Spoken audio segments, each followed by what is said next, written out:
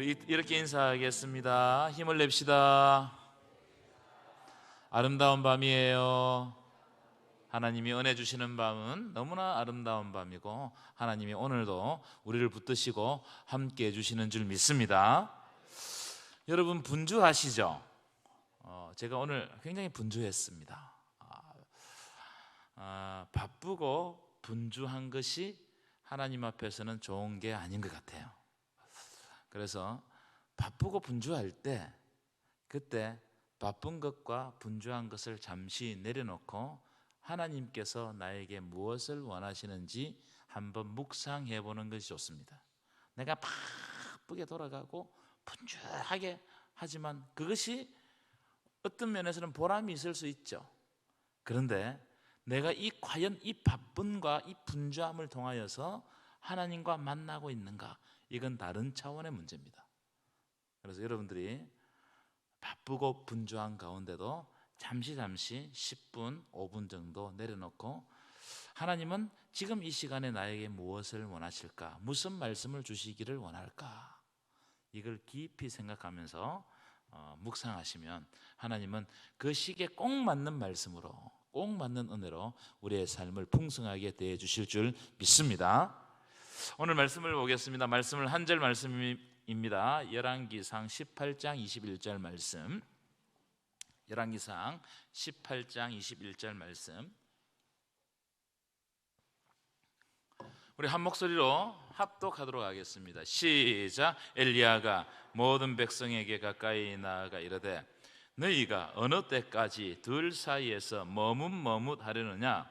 여호와가 만일 하나님이면 그를 따르고 바알이 만일 하나님이면 그를 따를지니라 하니 백성이 한마디도 대답지 아니하는지라. 아멘. 자, 오늘 말씀은 엘리야 이야기 중에 한 대목입니다. 이 너무나 유명한 말씀이죠. 머뭇머뭇하고 있는 이스라엘 백성들을 꾸지람하는 이 엘리야의 말씀입니다. 요즘 엘리야는요 새벽기도 시간에 다루고 있습니다. 엘리야를 보면서 참 새롭게 새벽기도 묵상을 하면서 새롭게 엘리야가 보이는데, 엘리야는 어떤 시대 때 등장하는 선지자냐면은 북이스라엘에서 가장 악한 왕 아합이 통치할 때 선지자가 된 사람입니다. 우리 그 부분을 한번 읽었으면 좋겠는데, 아합이 얼마나 악한 왕인가? 열왕기상 16장 29절부터 33절, 29절부터 읽겠습니다. 29절 시작. 유다의 아사왕 제38년에 오므리의 아들 아합이 이스라엘의 왕이 되니라. 오므리의 아들 아합이 사마리아에서 22년 동안 이스라엘을 다스리니라. 22년 동안 통치한 왕이에요. 이때 이 아합 때문에 정말 이 북이스라엘이 잘 살게 됩니다. 오므리 왕조가 굉장히 잘 살게 만들었어요. 30절입니다. 시작. 오므리의 아들 아합이 그의 이전의 모든 사람보다 여호와의 보시기에 뭘 더욱 행했다고요? 악을 더욱 행했다는 거예요. 악을 더욱 행했다. 그 앞에 오므리 왕도 다른 이전의 모든 사람보다 악을 더욱 행했다고 그랬는데, 다시 아들에 와가지고 악을 더욱 행했다고 그러면 이 아들보다, 이 사람보다, 이 아합보다 더 악한 왕은 없었다. 그래서 북이스라엘이 멸망할 때 나중에 선지자 이 열왕기상 기자가 딱 단서를 다는데 아합의 죄라고 딱 단서를 답니다. 그 정도로 아합이 악한 왕이었습니다. 자, 31절입니다. 시작. 어떤 악한 죄를 지었는지 보겠습니다. 시작. 느바스의 아들 여로보암의 죄를 따라 행하는 것을 오히려 가볍게 여기며 시돈 사람의 왕 엣바알의 딸 이세벨을 아내로 삼고. 자, 여로보암의 죄는 금송아지를 세운 죄입니다. 단과 베들의 금송아지를 세워가지고 우상 숭배하게 했던 죄입니다. 이것을 가볍게 여겼어요. 이걸 가볍게 여기고 시돈 사람 왕 엣바알의 딸, 누구를? 이 여자가 이스라엘 망치는 거예요. 이 여자가 시집 오면서 온갖 우상을 다 가지고 옵니다. 온갖 우상을.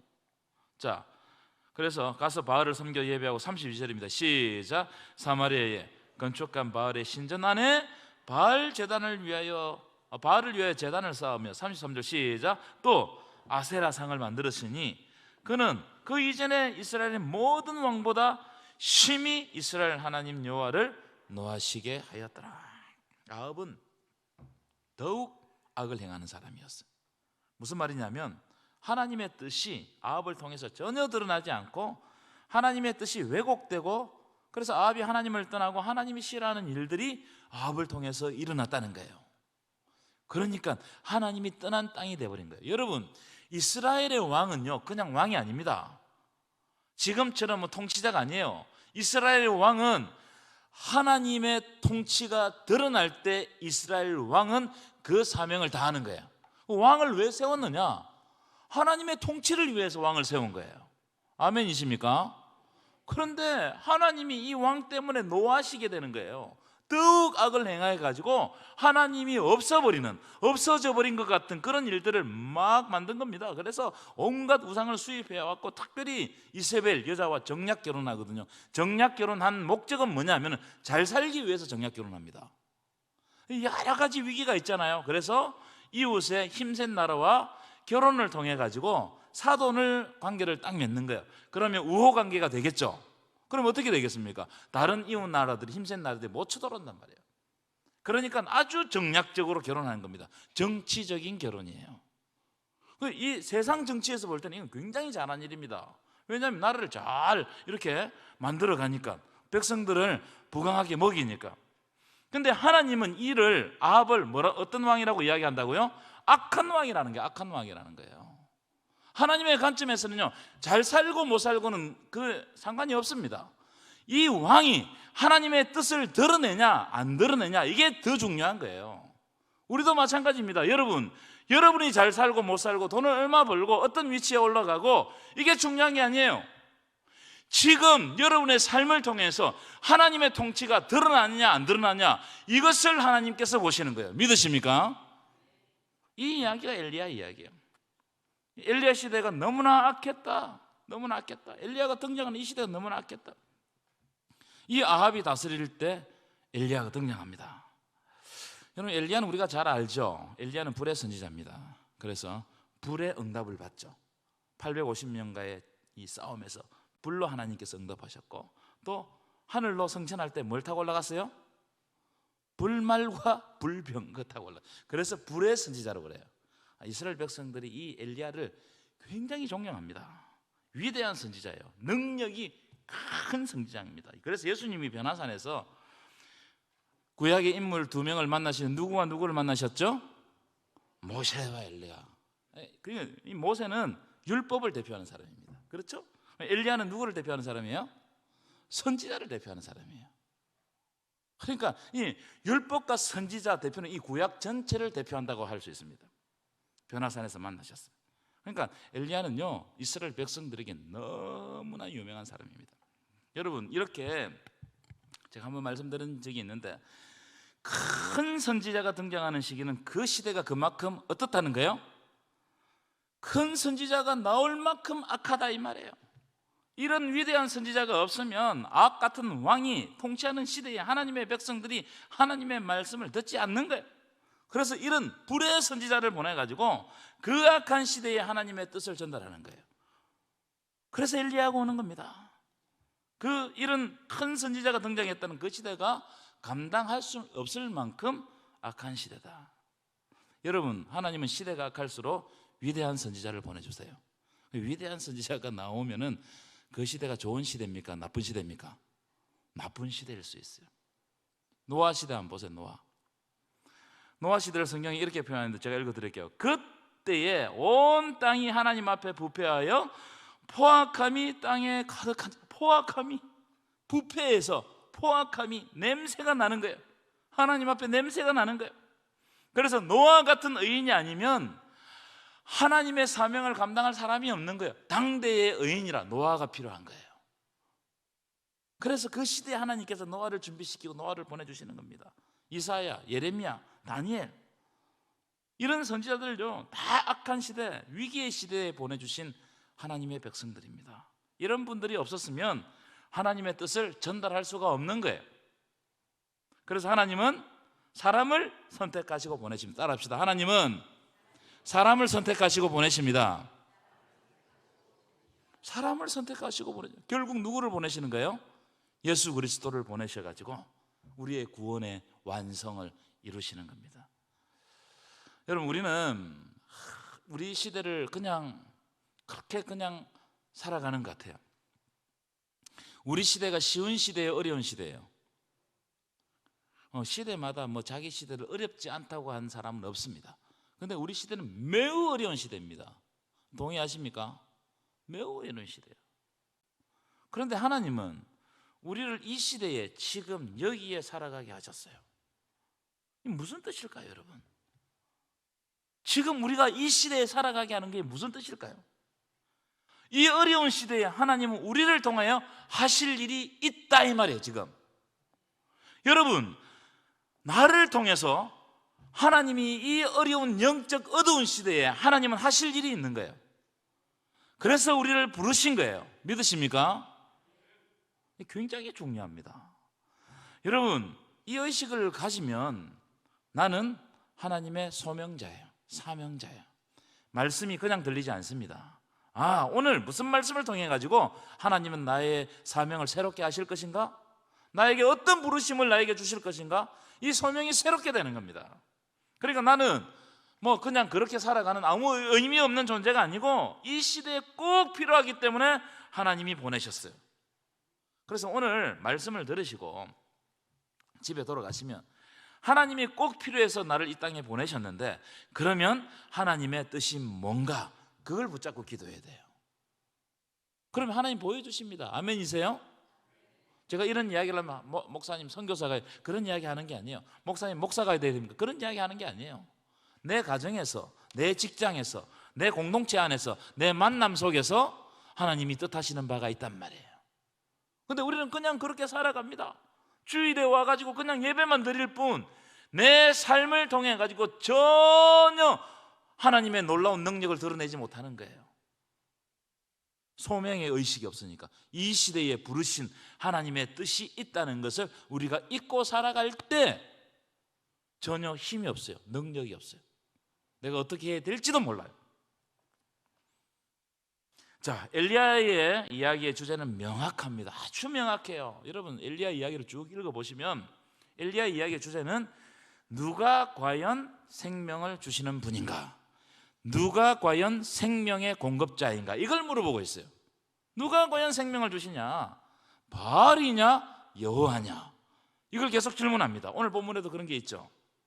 만약 바알이 하나님이면 바알을 따라 살아라는 거예요. 여러분, 세상이 하나님이면 세상이 여러분들을 다 줄 수 있으면 가서 생명도 주고 영원한 생명도 주고 하면 여기 앉아 있을 필요가 없어요. 나가세요. 그냥 올 필요가 없습니다. 그러나 만일 여호와가 만일 하나님이면 여호와를 쫓아 살아라는 거예요. 이 이야기를 주고 있는 겁니다.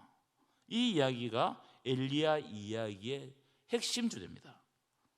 자, 오늘 본문인데요, 한 번 더 읽어봤으면 좋겠어요. 굉장히 중요하다고 생각합니다. 자, 18장 21절입니다. 시작. 엘리야가 모든 백성에게 가까이 나아가 이르되 너희가 어느 때까지 둘 사이에서 머뭇머뭇하려느냐? 여호와가 만일 하나님이면 그를 따르고 바알이 만일 하나님이면 그를 따를지니라 하니 백성이 말 한마디도 대답지 아니하는지라. 왜 말을 못하는 거예요? 왜 말을 못하는 거예요? 머뭇거리고 있기 때문에. 여기도 아니고 저기도 아니에요. 하나님에게 속한 것도 아니고 바알에게 속한 것도 아니에요. 바알이 좋아 보이면 바알에게 가요. 하나님이 좋아 보이면 하나님에게 가요. 내가 필요할 때 하나님을 찾아요. 내가 필요 없을 때는 세상 가서 막 그렇게 즐기고 살다가 나에게 조금 고통이 있고 아픔이 있고 이러면 하나님을 찾아요. 물론 그럴 때 찾아야 되겠죠. 근데 이건 머뭇거리는 자세입니다. 이러면 이랬다 저러면 저랬다가. 그래서 오늘 본문은 바알과 여호와 사이에서 머뭇거리지 말고 선택하라는 거예요. 선택. 지금 선택하라. 언제 선택하라고요? 지금 선택하라. 지금. 기독교 신앙은 지금이 중요해요. 지금 내가 어떻게 고백하고 있는가? 지금 내가 서 있는 자리는 어디인가? 이게 중요해요. 비슷한 구절이 있는데요, 여호수아도 한번 찾아볼까요? 여호수아 24장 15절입니다. 띄워보실까요?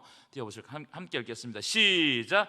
만일 여호와를 섬기는 것이 너희에게 좋지 않게 보이거든 너희 조상들이 강 저쪽에서 섬기던 신이든지 또는 너희가 거주하는 땅에 있는 아모리 족속의 신들이든지 너희가 섬길 자를 오늘날 택하라. 오직 나와 내 집은 여호와를 섬기겠노라. 아멘이십니까? 이 구절은 뭐냐면은 정복 전쟁을 마친 여호수아가 이스라엘 백성들에게 결단을 요구하는 거예요. 결단. 너희 섬길 자를 오늘 택해라는 거예요. 왜 이런 이야기를 할까요?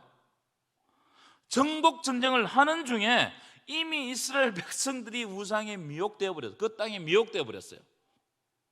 그러니까 정복 전쟁을 하면서 하나님을 믿고 정복 전쟁을 하면서도 우상을 섬기는 겁니다. 그래서 여호수아가 양당 간에 결단하라는 겁니다. 여호와를 섬기는지 아니면 바알을 섬기든지 선택하라는 거예요. 어느 한 길을 선택하라는 거예요. 오직 나와 내 집은 여호와를 섬기겠노라. 여러분, 이런 고백이 여러분의 고백 되시기를 간절히 축원합니다. 신앙은 결단의 문제예요. 결단의 문제. 물에 물 탄 듯 술에 술 탄 듯 이것도 아니고 저것도 아니고 이렇게는 살 수 없어요. 그건 신앙생활 하는 게 아닙니다. 하나님은 오히려 그런 것은 신앙생활 안 하는 게 좋아요. 선택해 가라는 거예요. 그런 태도를 싫어하시네요. 하나님은 질투하는 하나님입니다.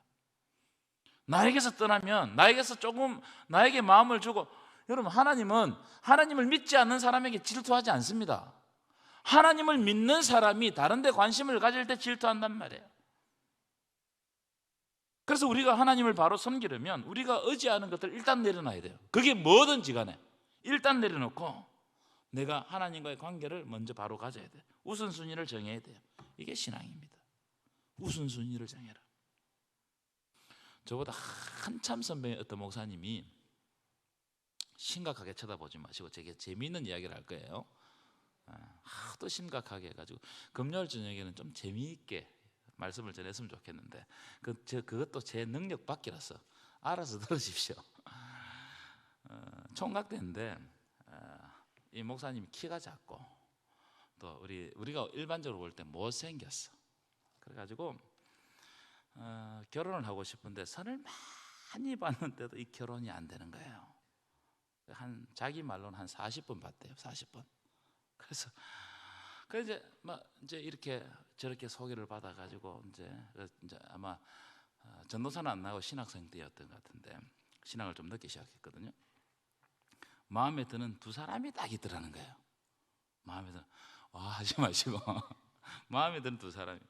그래서 어떤 분을 선택해야 될지 몰라가지고 그렇잖아요, 그죠? 이제 결혼 늦어. 그때는 결혼을 빨리 하는 시기인데 자기가 30대 이렇게 넘어버리니까 잘 선택해야 되잖아. 두 사람이 나한테 관심을 보이고 나도 관심이 있는데, 그래서 이 사람도 조금 만나고 저 사람도 조금 만나고 양다리를 걸친 거야. 지금 보면 그때 어떤 장소에서 지금 사모님하고 만나고 있는데 자기가 또 좀 좋게 생각했던 그분하고 우연히 딱 마주쳐버린 거예요. 딱 마주쳤어. 그런데 웃긴 게 뭔지 아세요? 두 여자가 아는 거예요. 아는 사이. 교회에서 이리저리 이제 소개를 하니까 한 달이 끝나면 다 알잖아요, 교회가. 그때 사모님 되시는 분이 되게 기분 나빠하면서 탁 부르더니 나랑 결혼할 거냐고 물어보더래요. 그래서 목사님이 막 쫄아가지고 얼떨결 하겠다고 이랬대요. 그랬더니 사모님이 그때만 해도 한 30년, 40년 가까이 전이니까 3만 원을 탁 뽑아가지고 주면서 택시 태워 보내주고 잘 정리하고 오라는 거예요. 그래서 그 사모님이 아직 그 처녀죠. 그 돈 가지고 가가지고 잘 정리하고 보냈다는 거예요. 그래서 결혼했답니다. 저는 결혼을 하고 싶은데 어떤 여자가 결혼을 안 해주려고 그래가지고 그래서 내가 뭐라고 이야기했냐면 너희 집에 한 번만 가자 그랬어요. 너희 집에. 그래서 집에 갔더니 저랑 결혼하자 하더라고, 장인 어른이. 그래서 결혼했습니다. 제가 무슨 이야기를 하려고 하냐면은 결단할 때 결단하지 않고 선택할 때 선택하지 않으면 더 힘든 상황이 찾아와요. 선택할 때 선택해야 돼요. 여러분, 우리에게 많은 시간이 있습니다. 근데 자세히 보시면 우리가 기회를 잃어버린 것 중에서 하나님께서 주신 지혜를 벗어났을 때, 하나님을 떠났을 때 그 기회를 잃어버린 적이 너무나 많아요. 선택하지 않을 때 하나님 앞에 선택하지 않을 때, 하나님께서 그 길로 인도하시는데 그 길로 따라가지 않을 때, 그때는 더 힘든 상황이 온단 말이에요. 오늘 한번 보십시오. 이세벨이 시집 오면서 바알 신을 마구잡이로 수입했습니다. 어마어마한 신을 수입했습니다. 그래서 수도 사마리아 성에 바알 신전을 건축하고 그 안에 바알 제단을 쌓고 추정하건대 큰 바알 신상을 세웠을 것으로 생각합니다. 여러분, 왕과 왕비가 바알을 숭배하니까 백성들이 어떻게 되었겠어요? 백성들도 막 따라 섬기는 거예요. 이게 여러분, 이게 영적인 위기단 말이에요. 지도자들이 잘해야 돼요. 지도자들이 뭔가를 잘못 선택하면요, 백성들이 막 따라가는 거예요. 그림을 한번 보여주실까요? 그림, 사진. 이게 뭐냐면 왼쪽이 바알 신입니다. 오른쪽은 제우스예요. 둘 다 신의 성격이 같아요. 지금 손에 뭘 들고 있죠? 왼쪽에. 그죠? 그게 뭐겠어요, 여러분? 천둥입니다. 천둥. 바알은 천둥의 신이에요. 마찬가지 제우스도 천둥의 신. 지금 막대기 있죠? 저게 천둥을 내리는 지팡이입니다. 여러분, 천둥이 치면 뭐가 오죠? 그래서 바알과 제우스는 비를 내리는 신이란 말이에요. 바알은 메소포타미아 주신이고 제우스는 그리스 로마의 주신입니다. 바알이 그리스 로마로 넘어가면 제우스가 되는 거예요. 그래서 주신, 신들의 아버지 이렇게 불렸어요. 그런데 엘리야 이야기에 딱 보면 3년 6개월 동안 비가 오지 않습니다. 야고보서 5장 17절 보시면 3년 6개월 동안 비가 오지 않았다는 거예요. 비의 신이 통치하는데 3년 6개월 동안 비가 오지 않았다는 것은, 그럼 그 신이 진짜 신이에요, 가짜 신이에요? 그래요. 우리가 이런 허상을 붙들고 살아갈 때가 많다는 거예요, 여러분. 여러분, 비의 신을 섬기고 나에게 축복을 주고 뭔가 일하면 성공한다고 이런 거 붙잡으면 뭔가 와야 되잖아요. 안 온단 말이에요. 그게 허상이기 때문에 그래요. 우상은 허상입니다. 우상은 내 속에서 만들어지는 거예요. 내 욕심이 우상을 만드는 거예요. 비가 왔으면 좋겠다. 이 욕심이 우상을 만드는 거예요, 여러분. 여러분, 비를 내릴 때 비를 내리게 하고 내리게 않게 하시는 분은 여호와 하나님이십니다. 믿으십니까? 무슨 말입니까? 생명을 공급하시는 분은 여호와 하나님이시다는 거예요. 생명을 공급해 주시는 분. 그래서 엘리야 이야기는 빨리 결단하고 돌아가면 산다, 이 이야기를 보내주고 있는 거예요. 빨리 결단하고 돌아가는 거예요. 하나님의 생명을 공급해 주시고 하나님이 복을 주시고 하나님이 기회를 주시고 하나님이 행복을 주시는 분임을 알고 하나님 앞으로 돌아가라. 하나님께 가까이 하라. 그분의 말씀을 귀담아 들으라. 그래야 산다는 거예요. 여러분, 이 말씀이 여러분의 귀를 울리시기를 간절히 축원합니다. 이 말씀이 귀가 울리고 마음에 진동이 와야 돼요. 그래야 내 삶의 자리가, 안일했던 내 신앙의 자리가 흔들림으로 통해 가지고 어떻게 된다고요? 내가 다시 하나님 앞에 바로 서는 거예요. 바로 서는 거예요. 여러분, 조금 이 이야기 좀 나가면 엘리야가 850명과 대결을 벌쳐요. 이 사람들이, 여러분 이야기 잘 알잖아요. 850명 요란하게 하루 종일 자기 신들에게 응답해달라고 기도했어요. 응답해요, 안 응답해요? 응답하지 않습니다. 그런데 엘리야 한 사람이 간절하게 기도했어요. 여러분, 한 사람이 결단하고 하나님을 의지하면 하나님은 그 한 사람을 통해서 일하시는 거예요. 이 이야기를 하고 있는 거예요. 그 한 사람 때문에 하나님 나라 역사가 일어나는 거예요.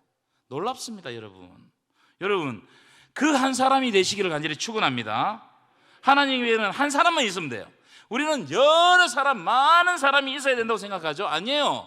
예수 그리스도 한 분으로 구원의 길이 열리는 거예요. 로마서 5장 19절 읽어볼까요? 시간이 가지만 굉장히 중요한 구절입니다. 읽어보겠습니다. 시작. 한 사람이 순종하지 아니함으로 많은 사람이 죄인 된 것 같이 한 사람이 순종하심으로 많은 사람이 의인 되리라. 아멘이십니까? 아담이 하나님 앞에 순종하지 않았을 때, 이 아담 한 사람이 순종하지 않았을 때 모든 인류의 죄가 들어왔어요. 죄인이 되어버려, 사망이 들어왔어요.